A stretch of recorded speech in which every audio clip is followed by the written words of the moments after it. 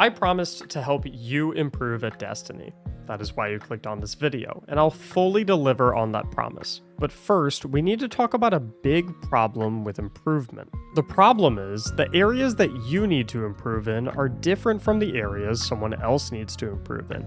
Everyone that watches educational Destiny videos like these, including yourself, is at a different skill level, has a different level of game knowledge, and is looking to improve different things in their playstyle. And oftentimes, folks don't even know what they need to improve on. As such, it's impossible for me to make videos that can help everyone equally. So I came up with a solution. I started a coaching page linked in the description where folks can book sessions with me to get direct one-on-one help with their game. But how do these one-on-one sessions fit into my educational Destiny YouTube channel, you might ask? Well, when I have a lesson with an individual who is comfortable with me recording it, I can take the highlights of that session and showcase them here on my channel for you to learn from, like we are doing here in today's video. Recently, I had a session with an individual who asked to remain anonymous. We'll call him Harold. The beauty of these is that these sessions can be curated directly towards whatever you want to work on. General gameplay, build crafting, decision making,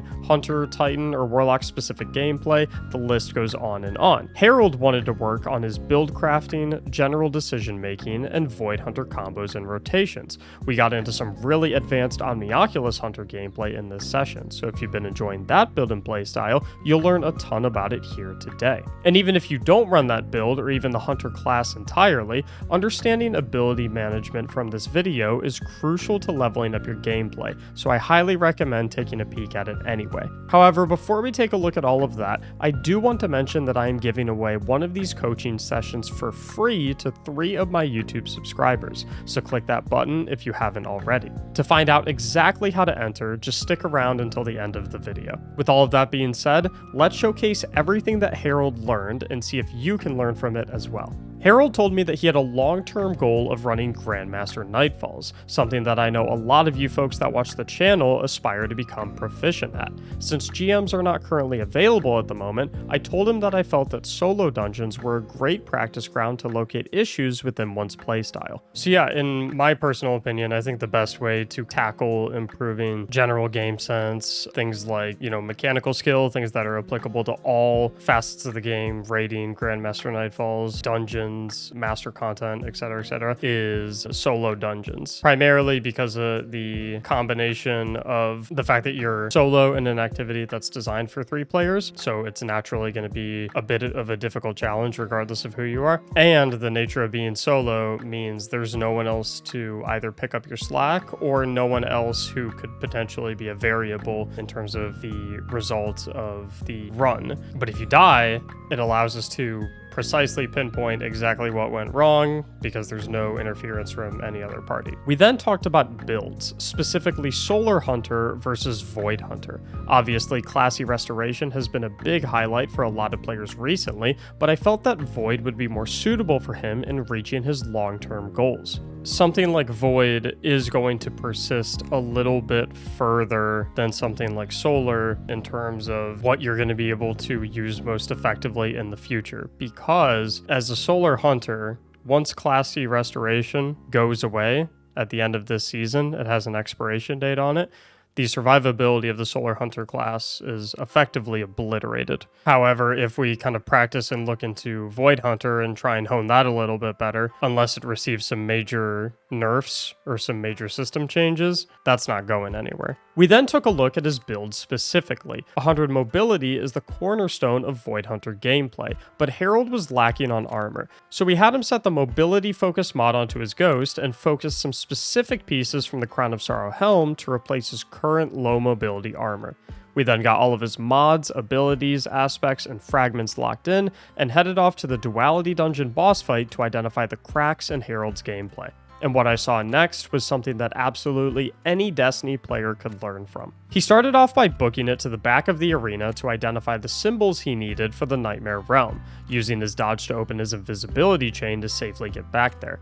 He then decided to take on the Incendiors while still in the back of the room being surrounded by enemies, putting himself in a dangerous position. He then re-entered invisibility with a dodge and headed back to take out a Scion with some melees before diving back into invisibility. Harold then went over to the bell for cover while he began clearing out some Incendiors. Once the enemies began swarming to his position, he started to make his way out, but died due to heading the wrong direction and having already taken too much damage. Now there's a lot to unpack here. The first thing I wanted to bring up was my issue with Harold's order of operations. I would have liked to see him thin out some of the enemies in the arena to make it safer before being concerned about the mechanics.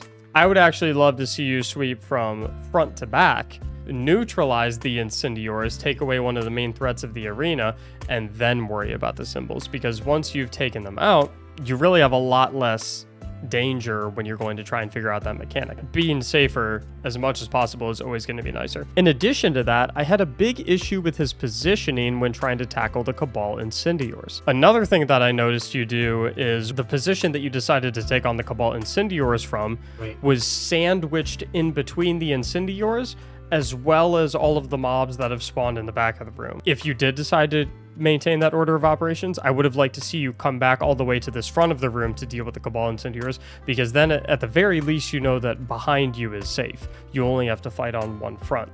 Where you decided to tackle the Incendiors, you had to fight on two fronts, and I'm sure you noticed that it was a lot more difficult to hit them because of the amount of flinch that you were experiencing, because you were just getting hit by so many different things. Harold said that he was striving for Grandmaster Nightfall proficiency, and positioning is one of the keys to achieving success in these types of activities. My final big issue was with Harold's ability usage. There was a lot of small mistakes, such as dodging into the invisibility chain versus shadow diving. Remember that our dive gives us 9 seconds of invis, while the dodge only grants 7. Additionally, his dodge usage was either too far away to replenish a smoke or not used at the proper time to refresh the invisibility chain. Finally, I would have loved to see Harold take out the Scion in the back with a finisher to get 7 seconds of invisibility from Echo of Obscurity instead of killing it with a regular melee. After that, I talked to Harold about the importance of maximizing all of the capabilities of his dodge. I noticed that you opened with your dodge to gain invisibility. I would have much rather seen you open with a smoke bomb, because you got to remember that your dodge accomplishes 2 different things. Your dodge is dual purpose. One, it is to give you invisibility, which you did accomplish that purpose by using it, but the other is to refresh a smoke bomb. So when you're using it to open your invisibility chain, you're only getting one of those 2 effects of the dodge. Whereas if you open with a smoke and then use your dodge afterwards, once that invisibility timer gets a little bit lower, you're then achieving both purposes of your dodge by giving you that invisibility timer and replenishing your smoke bomb. And replenishing your smoke bomb is just fancy wording for even longer overall invisibility timer, right? I don't want you to think of your invisibility cooldowns as individual skills, as individual timers. I want you to think of your invisibility cooldowns as one long continuous chain that is enabled by each other. After going over everything with Harold, I loaded up my game to showcase how I would like to see him chain his invisibility cooldowns, as well as add some rationale behind my decisions and order of operations. We can take that same order of operations, right, if you want. But I'm going to open with my dive, because my dive is going to give me 10 seconds of invisibility, and it's going to allow me to use my dodge as dual purpose. Right now, boom, I refresh that 10 seconds, and it gives me back that smoke. So now I have 2 smokes, whereas if I went with the combo that you went with, I would have only been at 1 right now. I can then see that I have Chalice and Sun, so we're good to go on there. Once again, my dodge is back up. I'm going to use it right there to refresh my 10 seconds and give me back my smoke bomb, so we're at that dual purpose again. And now I'm going to come back over here to start taking out the Bell Keepers, because there is absolutely nothing behind me. I'm completely safe here. I'm not getting flinched at all. I then want to use my invisibility to start kind of dropping aggro so that I can get completely clean shots off on these Bell Keepers without having to get flinch and stuff like that. I kind of want to move in and out of invisibility, dropping aggro, coming out of invisibility to take my shot, and then moving back into invisibility to get a really, really clean shot on them. That's a collat right there. So I take out 2 in one go. But I'm kind of moving back and forth, so I kind of have this like really nice clean shot on every single enemy that I try and take out, where I don't have any flinch whatsoever. I don't have anything that's looking at me. I don't have anything that's shooting at me. And now I'm sitting here completely safe, and I've got all the incendiaries dead. I've got all 3 bells available, and I know my symbols. After going over a few more things, I left Harold with some homework. Step 1 was for him to load up this boss CP and simply get used to the ability rotation to maintain invisibility.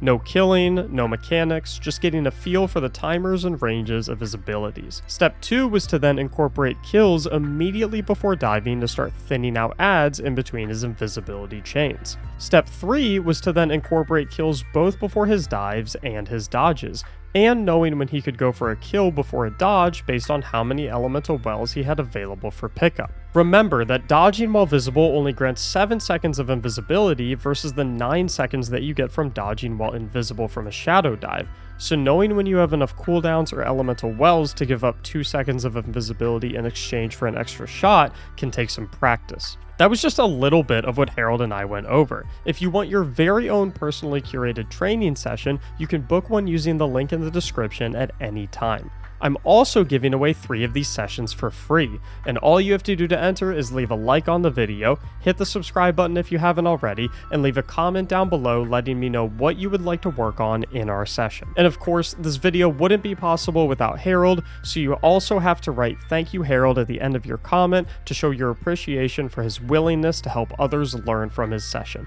Thank you so much for watching, and as always, have a great day. And it's been a while since I've played on this white belt. Oh, that's Seriously. totally okay, man. That's totally okay. We're here to learn. That is fair. You're supposed to make mistakes, right? If you went in and did everything perfectly, then I would feel pretty useless, right? Right. Right. Yeah. That's fair. Yeah.